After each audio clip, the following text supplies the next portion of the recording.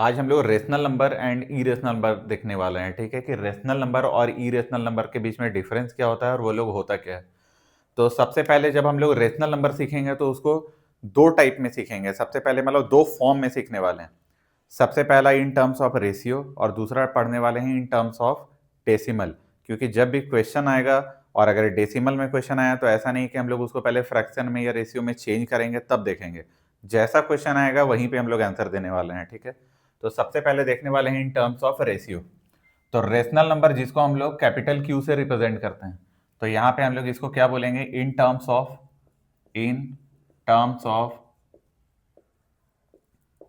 Ratio. In terms of ratio, तो in terms of ratio ये सब लोग जानता ही है क्या होता है। हम लोग P बाई क्यू के फॉर्म में लिखते हैं। ठीक है, और P बाई क्यू के फॉर्म में P एंड Q दोनों क्या होना चाहिए, इंटीजर्स होना चाहिए। ठीक है, दोनों इंटीजर्स होना चाहिए।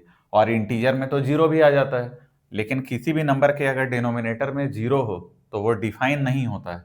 तो यहां हम लोग लिख लेते हैं कि Q जीरो नहीं होना चाहिए, Q should not be zero. ठीक है, अब इसको कुछ एग्जाम्पल से हम लोग समझते हैं। अगर हम लोग एग्जाम्पल लिए सबसे पहले 3/2, तो अगर हम लोग 3/2 लेंगे तो सबसे पहले 3 क्या है, एक इंटीजर है। ठीक है, 2 भी क्या है, एक इंटीजर है। और 2 जीरो नहीं है, इसका मतलब ये रेशनल नंबर है। अगर हम लोग दूसरा एग्जाम्पल लेते हैं, तो दूसरा एग्जाम्पल अगर जीरो लिए हम लोग, तो जीरो को हम लोग कैसे लिख सकते हैं, 0/1, ये भी इंटीजर है, ये भी इंटीजर है। ठीक है, तो इसका मतलब ये रेशनल नंबर है। अगर हम लोग थर्ड एग्जाम्पल का बात करें, ठीक है, अगर हम लोग थर्ड एग्जाम्पल का बात करें तो हम लोग ऐसे भी बोल सकते हैं कि -5/7, ये भी इंटीजर है।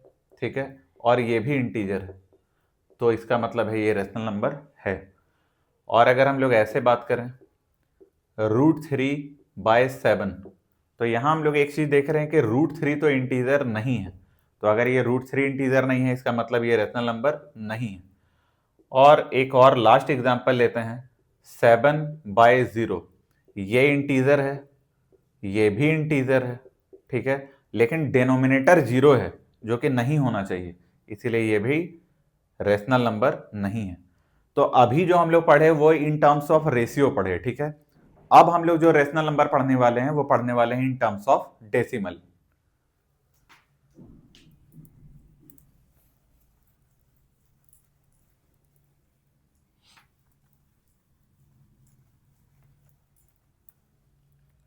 अब हम लोग पढ़ेंगे इन टर्म्स ऑफ डेसिमल। तो अगर हम लोग बात डेसिमल का करें तो वहां सबसे पहले दो पार्टीशन होता है। ठीक है, पहला पार्टीशन होता है terminating number. Terminating number, terminating number अगर एक टर्मिनेटिंग हुआ तो दूसरा कौन सा होगा, दूसरा होगा नॉन टर्मिनेटिंग नंबर।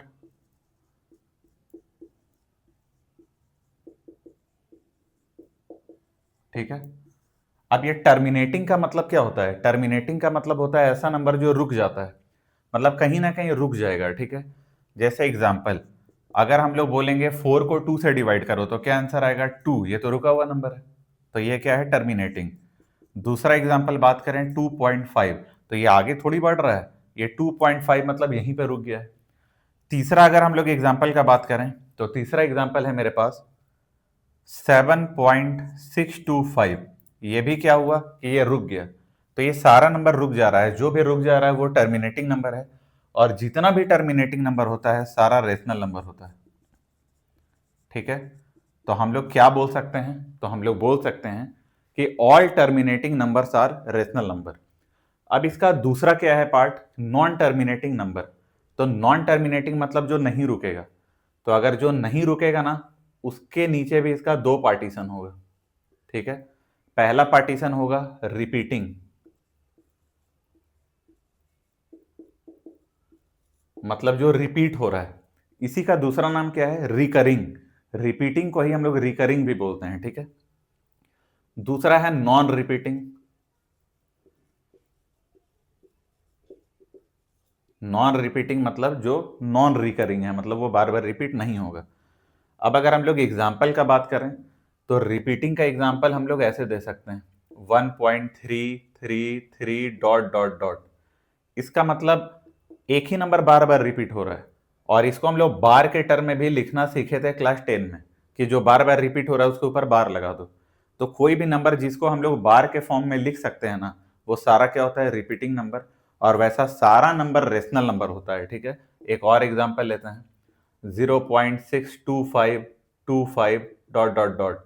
इसको हम लोग कैसे लिख सकते हैं, 0.625 के ऊपर में बार। तो किसी के ऊपर में भी अगर बार लगा हुआ है मतलब वो रिपीटिंग है, और अगर वो रिपीटिंग है मतलब वो रेशनल नंबर है, वो रेशनल नंबर है। तो अभी तक हम लोग देखे ये भी रेशनल था और ये भी रेशनल था, तो क्लियर सा बात है कि ये रेशनल नहीं होगा। तो इसको हम लोग क्या, नॉन रिपीटिंग, पहले इसका एग्जांपल लेते हैं। नॉन रिपीटिंग में एग्जांपल हो गया 1.12347 और डॉट डॉट डॉट। ये रुक भी नहीं रहा है और ये रिपीट भी नहीं हो रहा है। और दो इसका बहुत फेमस एग्जांपल है, एक एग्जांपल है पाई और जो दूसरा एग्जांपल है वो है ई। पाई का वैल्यू हम लोग जानते हैं अप्रोक्स होता है 3.14 और ई का वैल्यू अप्रोक्स होता है 2.71। इसको हम लोग लॉग में पढ़ते हैं जनरली। इसका नाम क्या होता है, इसका नाम होता है नेपियर्स कांस्टेंट। Napier's constant. ठीक है, तो ये सारा एग्जांपल है नॉन रिपीटिंग का। अब जो नॉन रिपीटिंग टर्म है इसको हम लोग बोलते हैं ई रेशनल नंबर। तो ये जो पूरा हुआ ये क्या हो गया, ई रेशनल नंबर। ठीक है, ई रेशनल नंबर। हम लोग याद कैसे करेंगे इसको, तो जिसके नाम के आगे दो बार नो लग जाए, नॉन टर्मिनेटिंग में एक बार नो आ गया और यहाँ पे नॉन रिपीटिंग में एक बार नो आ गया, तो जिसके नाम के पहले दो बार नो लग जाए वो क्या होता है, ई रेशनल नंबर होता है। तो अभी तक हम लोग पढ़े इन टर्म्स ऑफ फ्रैक्शन, वो भी रेशनल था। यहाँ पे क्या पढ़े, टर्मिनेटिंग, वो भी क्या था, रेशनल। फिर ये पढ़े रिपीटिंग, ये भी रेशनल। तो ई रेशनल कौन सा बचा, ये वाला, जो कि हो non terminating as well as non repeating. एक और भी चीज होता है, उसको हम लोग यहां सीखते हैं। कभी भी अगर हम लोग √1 लिखे तो इससे बाहर कोई नेचुरल नंबर क्या आ सकता है, हाँ आता है 1। फिर अगर हम लोग √2 लिखे तो इससे तो कोई नेचुरल नंबर बाहर नहीं आएगा। यहाँ पे √3 लिखे तो भी बाहर नहीं आएगा, √4 लिखे तो बाहर आ जाएगा। इसका मतलब है कि कभी भी रूट के अंदर में कंप्लीट स्क्वायर हो, कोई भी कंप्लीट स्क्वायर नंबर लिखा हुआ रहे, तो वो सारे को हम लोग बोलते हैं रेशनल। ठीक है, लेकिन अगर कभी भी रूट के अंदर में कोई कंप्लीट स्क्वायर नंबर ना लिखा हो, मतलब ऐसा नंबर जो रूट के बाहर ना निकल पाए, ठीक है, निकल तो ये भी जाएगा 1.414, ये 1.732, लेकिन नेचुरल नंबर तो नहीं है।